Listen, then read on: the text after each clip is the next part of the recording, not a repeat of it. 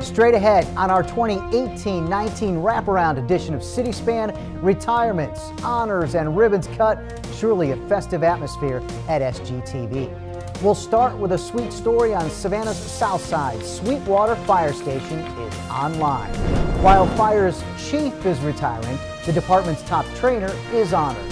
So what's the Front Porch? It's a welcoming environment for our area's youth and adults. We'll have the details. John White's a legend around here. The lieutenant's story of what it was like to be one of Savannah's original 9. Lots of jobs and an update on NewZo. From Woodville to Tree Park, we've got you covered right here on City Span.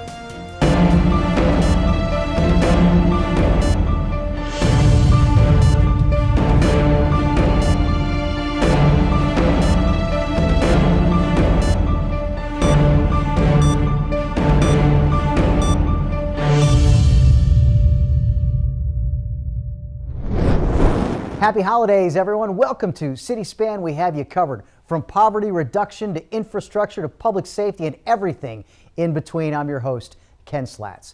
We will start with public safety and the growth on Savannah's deep south side. In May of 2017, officials broke ground for a new fire station on the south side. In December, city staff and community members gathered to celebrate the opening of that station.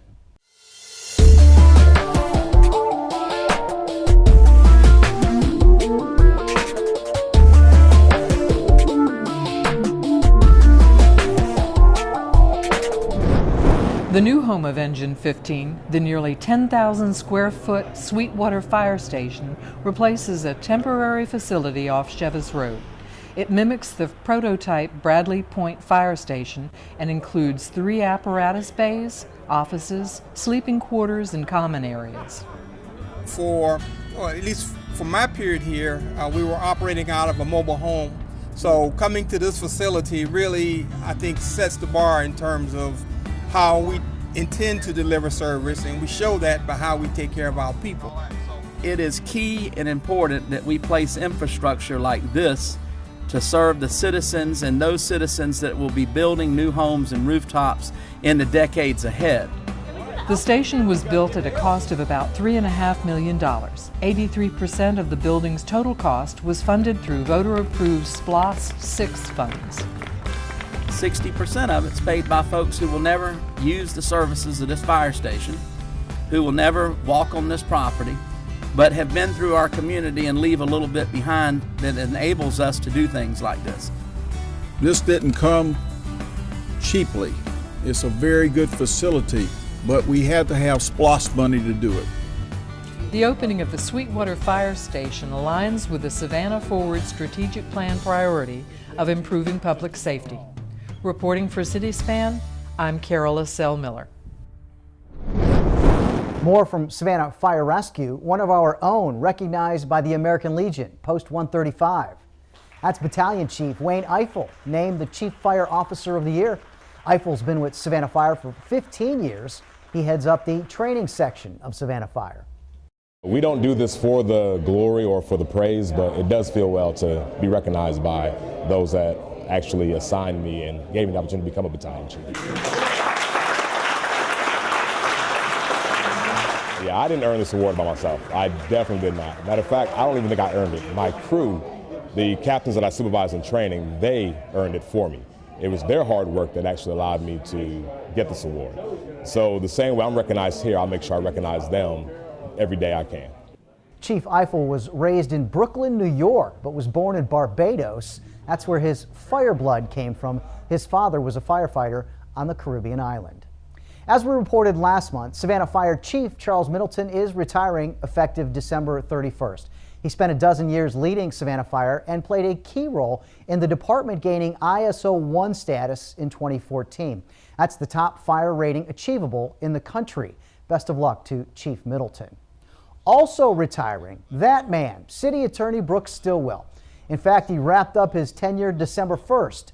While Stillwell was top counsel for the past 6 years, he also spent more than 16 years as a city alderman, including a term as mayor pro tem. You know, if you dig down in the history of Brooks, you will see a constant stream of trying to be of help in bettering this community. And he has served his time, and he has left his legacy. So I'm just proud to see what he has done since he has been here. When you look back, you realize there's somebody who's helped you, who's been, whether it's your uncle who's looked after you or somebody who's cared about you, helped you out, advised you throughout your life. For the city of Savannah, that person's Brooks Stillwell. There weren't really many things or big decisions, life moves, career moves that I made without seeking Brooks's counsel. It's just remarkable how he can deal with the kind of issues he has to deal with. And there'll be a lot of smart people in the room, lawyers, politicians, and others. And it seems like Brooks is always the one that comes up with something that works. I think we got a lot to be thankful for. You know, him representing us, he's always represented us well, and going to miss him. Look forward to seeing him again around town. I'm so proud to have had the great opportunity to represent the city of Savannah as an attorney, as an alderman for so many years. It is a wonderful, wonderful city that we can all be proud of.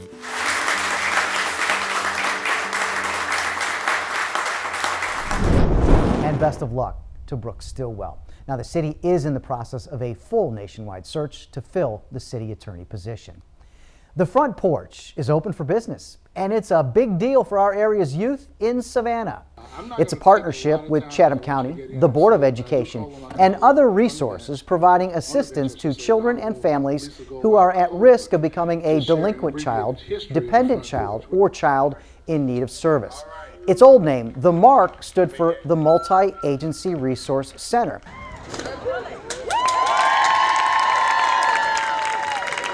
But now it's simply called the Front Porch.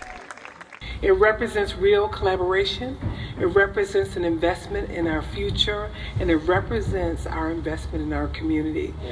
A lot of the children that come to our court have problems with mental health issues, with trauma issues, family dysfunction, and a lot of that leads to the delinquency we see in our court. The goal is to deal with those problems outside of our court and before it becomes a problem. I am so appreciative to all of the agencies. This is a City of Savannah building that is administered and staffed by the county and staffed by any number of agencies in this city. Now look at God. I'd say that's a God thing. I don't know about y'all. But I'm just so appreciative to all of you who've had any role and who will have play a role in making this dream a reality. Thank you.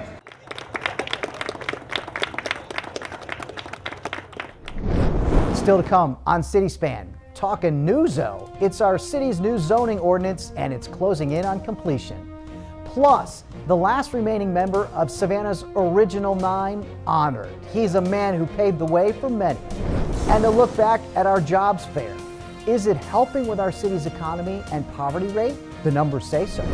We still have badge pinnings, so don't go away. This is a sign to stick around for. City Span. We'll be right back. Smart people agree. Litter is stupid. It is dirty.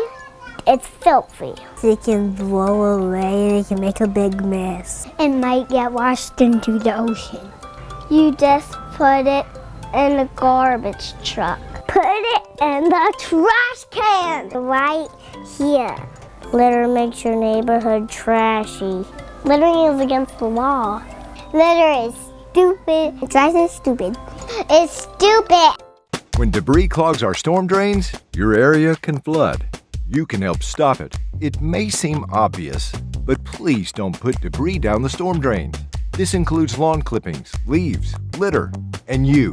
Yeah, you, with the construction debris. What do you think will happen when that hardens? You've sealed your storm drain shut. Be smart and keep your property from flooding. Only rain down the drain. Your storm drain is not a trash can. Thanks.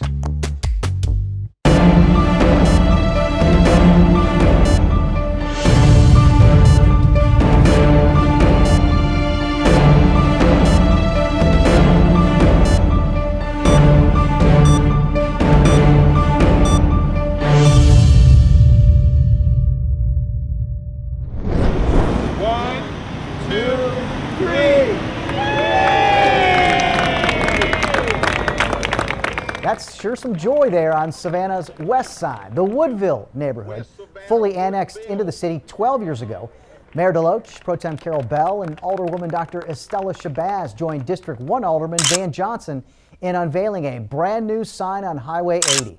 Funded by SPLOST at a cost of $4,300, this replacement sign adds to neighborhood revitalization, part of Savannah Forward, the city's strategic plan. When we talk about SPLOST and the benefits of SPLOST, these are opportunities for us to actually pay for projects that our general fund cannot currently support. So we're excited about that. The second thing is that community engagement works. It works because this is a sign that the Woodville community said they wanted. So let this sign stand as a testament so the community of Woodville will continue to be a safe, healthy, environmentally friendly community with residents that are engaged in uplifting each other, spiritually, socially, and economically. And if we do that, we can ensure that we will follow the next generation and they'll take just as much pride as we've taken, and this community would not only stand from 1870, but it'll stand in perpetuity. We do have the full ceremony on our website at savannahga.gov, and welcome back to the show. Now, Savannah is going through a whole new zoning ordinance restructure, kind of like cleaning the slate and starting over. After all, the ordinance still in effect was adopted decades ago. That original document had so many changes in it that it's nearly impossible to understand. So now we have NewZo to start fresh. The proposed new zoning ordinance, NewZo, is going to be a significant upgrade over the current ordinance, which was adopted in 1960. One can imagine all the changes, additions, overlays, etc. It's time for a fresh start. It will be less cumbersome, easier to read for the average citizen, and it lays out everything you need to know about zoning. In simple terms, zoning explains the proper use for your property and your neighbors, from residential to full commercial and all those variables in between. Zoning is important because it protects property owners. Like you and your neighbors. This fresh start has been in the works for years. Now it's time for action. During the month of December, MPC and the City of Savannah will be finalizing NewZo. Once that's complete, it'll be headed to the Planning Commission for review and then on to City Council. We anticipate it getting to City Council in early January. On the website is a copy of the draft NewZo, along with a link to a map where you can type in your address and see the property, what it's currently zoned, and what it's proposed to be zoned. If you have any questions, please feel free to visit the website at newzo.org.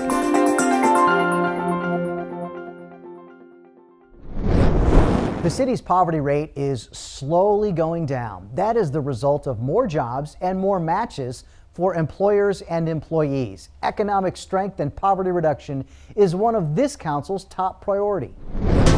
The mayor's idea was to get the city in the game, let the public know that we are interested in making sure that our citizens find meaningful work. And I'm looking at this as a third leg of connecting the dots. The dots started with city staff holding a conversation on poverty to increase the awareness of issues. The dots connected to Savannah's second job fair in the fall. Bringing the employers into one venue where people don't have to move all over the city to try to find out who is hiring. They are all here. There are over 100 employers who are in this Civic Center today. I think one of the things that we learned this time that was different from the last time was we were able to find out the number of jobs that were available from each one of the participating employers, and we have that information available, so we know that over 2,000 jobs are actually available today. And some of these companies are looking for 30 people to hire. Some folks are looking for 50 people to hire. The citizens of Savannah are not just interested in getting a job, but advancing themselves. Which is a big benefit to both the employer and employee in a job fair environment. More than 800 citizens showing up, all with common goals, ones that translate into one of the city's initiatives.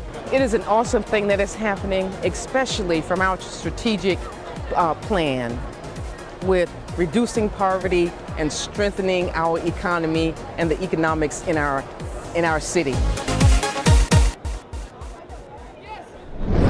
Definitely a wonderful event there. And the city is glad to step in and help match employers with employees. Time for one more break, though, here on City Span. He fought through very difficult racial times, leading the way for many, including our men in blue. Lieutenant White, one of the original 9 in the spotlight. Plus, more men in blue online in Savannah. And you can definitely bank on this. The stretch run of City Span is straight ahead.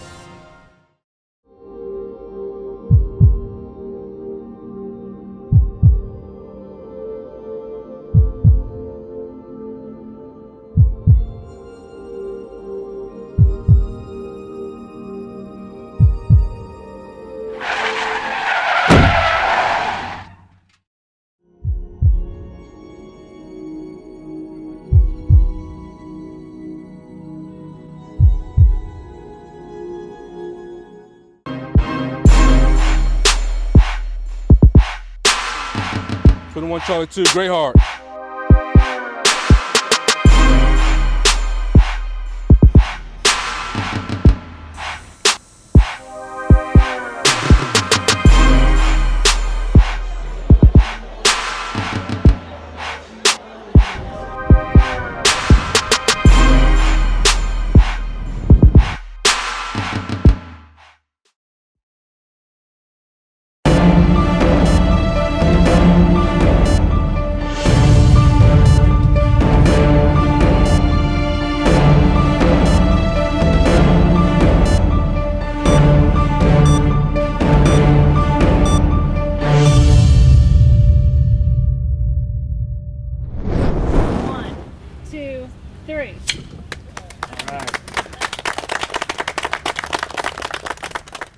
What a treat at this park, literally. The ribbon is cut for a major addition to Treat Park in the East Savannah neighborhood. Check out the new pavilion. The city has also added picnic tables. This SPLOST project in District 2 was pushed by the East Savannah Neighborhood Association, working for the community for 83 years. We are so appreciative of the addition to our park.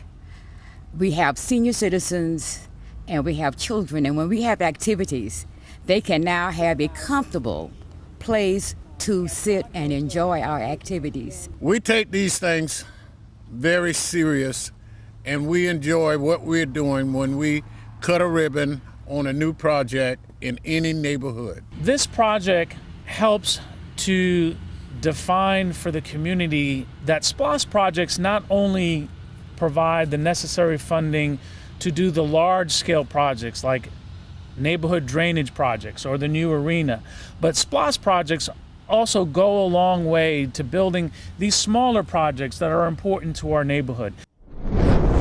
And welcome to the stretch run of City Span. We have a surprise for you starting in the coming weeks on SGTV. We're going to reach into the vault, but that's all we're going to give you. To our next story and talk about history making. Every once in a while, you meet someone who you know helped change the world for the better. Lieutenant John White, one of Savannah's original 9, was honored by the Georgia Association of Chiefs of Police. It took me 75 years for me to realize that I have changed the course of history. You blazed the trail for several individuals in this room, but you not only blazed the trail, you also carried the torch, and you lit the way for several of us to continue to walk down that trail. In the end, only 16 was selected, and only 9 finally made it through their 4 months of training. You were the first. On May 3rd, 1947, he was sworn in as a police officer with the Savannah Police Department, making him the first African-American police officer in the state of Georgia. Lieutenant White retired in 1984, 37 years after breaking that color barrier and being hired by Police Chief Jim Rogers. Who, in beginning, hated us. But within 6 months, he stated he wished the other 109 police officers was half as good as the 9 officers. My mother, she always prayed for him because she said he left home a man, but he went to work as a boy. He no longer was a man because of the time era and the time period. So it was a hard struggle for him, and I guess anyone who's breaking the color barrier or anyone that's going through a segregated time in life. We thank you because we know you performed one of the most difficult jobs in this country during one of the most difficult times in this country under severe adverse conditions. Because of John White and historic trail he plays with integrity and courage, our police profession has grown and improved. Because of John White, the city of Savannah, the state of Georgia, and our entire nation is better. You know, 75 years ago, I didn't realize that I would be standing here and looking at the coast of history, the changing of what happened in America. And I'm a part of it. And I want to thank each and every one of you in attendance that you recognize that feature of life. Thank you. And thank you, Lieutenant White, for all of your service. Much appreciated. The Savannah Police Department honored a couple of promotees, Sergeant Gregory Friday for 27 years on the force, and Sergeant Sean Kinzer for 17 years. SPD also welcomed 14 new police officers onto the force. The well-attended badge pinning was the culmination of several months of training and a firm grasp of what it takes to be a police officer in Savannah, especially for Officer Daniel Smith, the Savannah native, happy to be staying home and serving. Being able to patrol the streets where I grew up at and be able to make a difference, and people who knew me from my past, you know, my history here in Savannah, my friends and family who knew me, it's great to be able to give back to my community in that way. Training is based on community policing, so that they train us a lot on how to speak with people, how to talk to them, how to build a relationship with the communities. More so what it did for me, it would just help me realize that this is more than just self, that it's more about the community and those people that you see every day, that you care about every day, about the religious community. It's giving back who you are to the community. You can see all 14 inductees get pinned by family and friends. Just head over to our YouTube page, City of Savannah. The upcoming tax season brings with changes as a result of recently passed legislation. To help you kind of navigate the new rules and make the most of your hard-earned money, here's Richard Reed of Consumer Credit Counseling Service with this month's Bank on This. Last year, tax changes were signed into a law as part of the Tax Jobs and Cuts Act of 2017. These changes will affect almost every taxpayer when filing their 2018 returns. Here are some of the most noticeable changes we will see at tax time. The standard deduction for every filing status has increased. If you are filing single or married filing separately, you will see an increase in the standard deduction from $6,350 to $12,000. The standard deduction to other filing statuses has also doubled. Married filing jointly has increased to $24,000. If you're filing as head of household, you will see an increase to $18,000. These increases benefit many families and individuals because they get a larger deduction of their taxable income. The new laws eliminate all personal exemptions. Beginning in 2019, consumers who have not purchased health insurance will no longer face tax penalties. The child tax credit has doubled from $1,000 per child to $2,000. Up to $1,400 of the child tax credit can be received as refundable credit, meaning it can go towards a tax refund. Some tax regulations that won't change include the educator expense deduction, adoption assistance, and student loan interest deductions. The tax laws have changed considerably. Make sure to find out how these changes may affect your tax return and refund this upcoming tax season. Until next time, I'm Richard Reeve, and you can bank on this.